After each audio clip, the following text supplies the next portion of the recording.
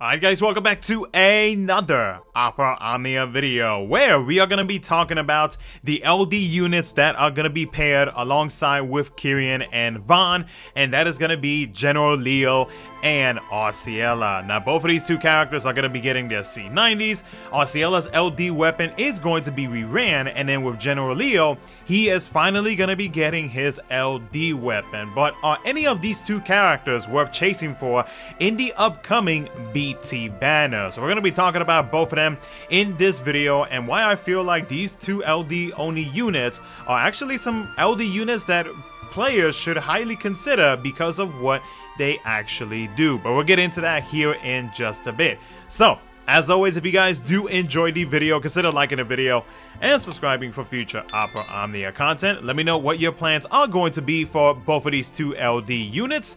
And with that being said, let's go ahead and jump right into it.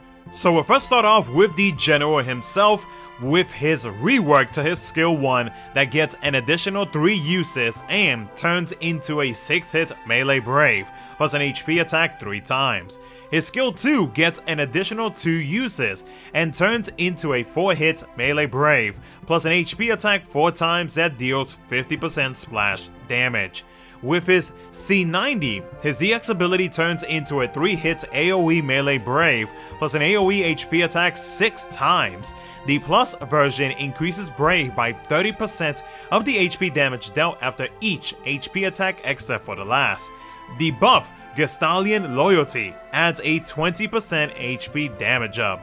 With his C65, it got extended to 5 turns and adds a 10% party stolen max brave overflow up and a 20% party brave damage cap up. His LD ability, Manifesto of Lion's Fury, increases party's brave by 100% of attack, then deals a 2-hit melee brave plus an HP attack 6 times that increases brave gain by 50% of the HP damage dealt after each HP attack except for the last. It delays the target by 2 turns. He grants the Lion's Fury's buff for 9 turns and inflicts the Precision Strike debuff to target for 6 turns. Now Lion's Fury buff grants the following: a 20% party attack up, stolen max brave overflow up, and HP damage up.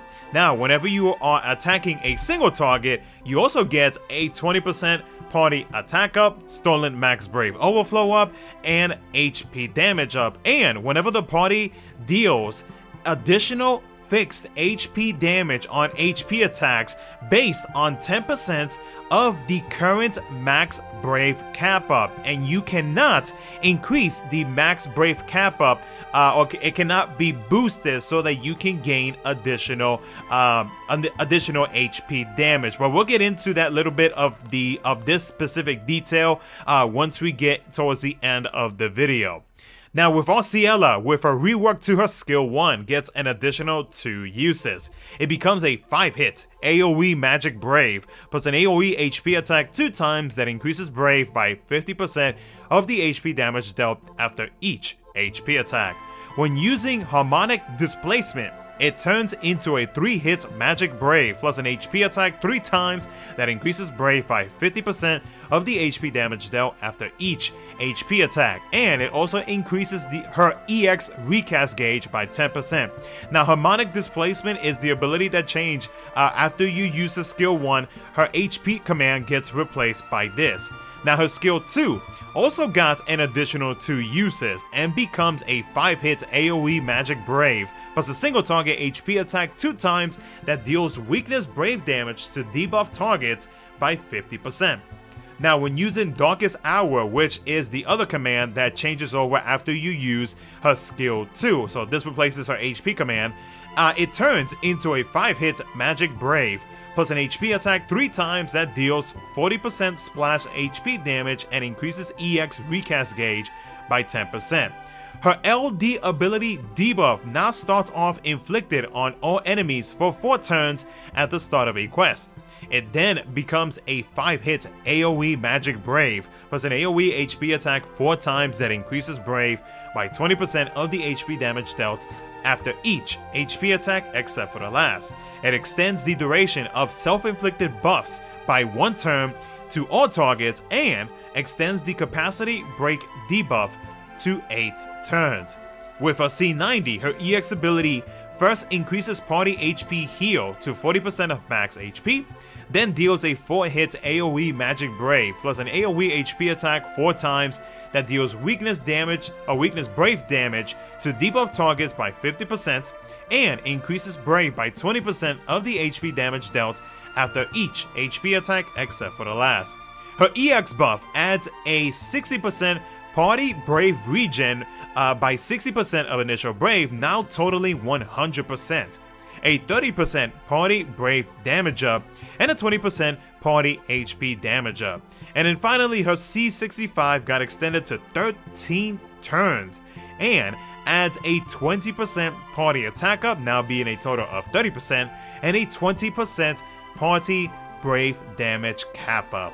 So is Leo and or Arciela worth chasing for in the upcoming BT banners? And we're going to start off with Arciela. Arciela's a pretty good character in my opinion. She does do a mix of a couple things actually when it comes to being supportive and also being a pain in the butt in the enemy side. And I say pain in the butt because she does have HP silence within her kit, which does last for 2 turns.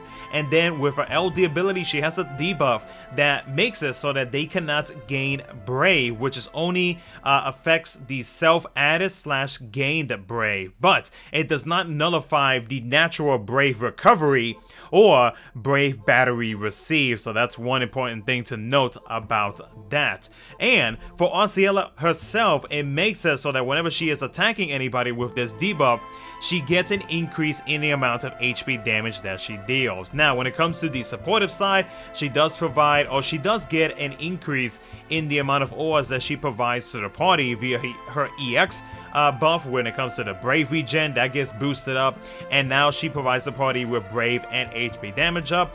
And then when it comes to her skill 1, is able to dispel or bust from all enemies, which is nice, and it also heals the party as well. So Arciela is a very solid character. If you do not have her, you can go for her with the upcoming banner, but if you're wanting to wait until a future banner, she does return with the 6 Warrior Quest Area 2 Shinryu fight. So if you want to wait until then, you know, that's really totally up to you.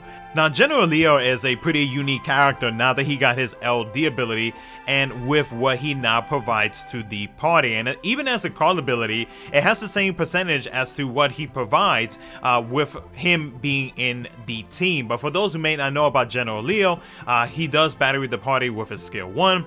His skill 2 is able to delay said targets by 2 turns so long as they have that precision strike debuff inflicted onto said target that you are attacking. His EX ability is now with his upgrades is a very good EX ability, and also provides a free ability use on his following turn with the plus version of his EX. But with his LD though, aside from the party ores that he does provide, even though they are small party ores, is, you know, it's a little bit of something.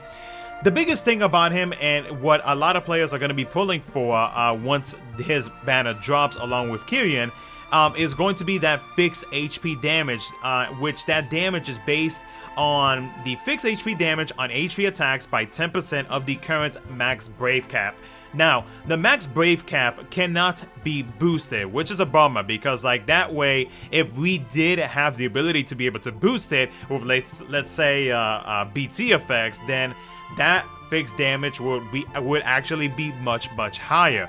But here's the kicker though, and I'm not entirely sure if a lot of players know about this, and what I'm going to be doing is uploading a separate video. It's going to be a very short video, but I'm going to show you guys that you can actually increase the percentage of what you can actually boost with that fixed HP damage. So take example with characters in the future who are getting the same effect, Luna Freya, Tifa, Thancred is another one who's going to be getting that same effect that General Leo has. Lunafreya is given via a buff. And then when it comes to Tifa, that is included with a LD buff. And then with Thancred, I believe Thancred is from one of his buffs. I can't remember exactly which one of them. But the thing is, though, is that with General Leo, if you use them as a call ability, and if they already have that effect in place, or let's say example Tifa, then General Leo's call ability effect can actually boost that percentage on top of what Tifa already offers. So Tifa, within her LD ability, she goes by 20% of the current max brave cap up, and then if you were to add General Leo's 10%, that's a 30%. So that means that's going to be additional fixed HP damage that Tifa is going to be dealing. And then if you will combine Tifa with General Leo's call ability and then with Lunafreya's buff, which increases it by 10%, that's a 40% increase in that fixed HP damage. So that's why, or that's an example of why players are going to be pulling for General Leo, is not only for that specific setup, but also in general, though, to use them as a call ability for their burst units, so that way said burst units can deal that additional fixed HP damage. So General Leo, regardless if you use them in a team to be able to get the entire party to do it, or if you use them as a call ability for the entire party to take advantage of this effect, can actually, you know, be pretty helpful in like either trying to speed up runs or just in general just trying to deal that additional HP damage. So is it worth pulling for General Leo? I'm going to say yes, if you are wanted to deal additional HP damage onto the boss. With that being said, though, guys, that's gonna be it for the video. Let me know what you guys think down in the comment section below. Like I said, I will be uploading a simple video with gameplay to kind of show you guys an idea of like how General Leo's effect works as a call ability, alongside with Tifa and Lunafreya, who has these similar effects. So expect to see that here in the next few hours after you watch this video, and that's gonna be it. So take care, guys. Thank you so much for watching. I'll catch you guys in the next one.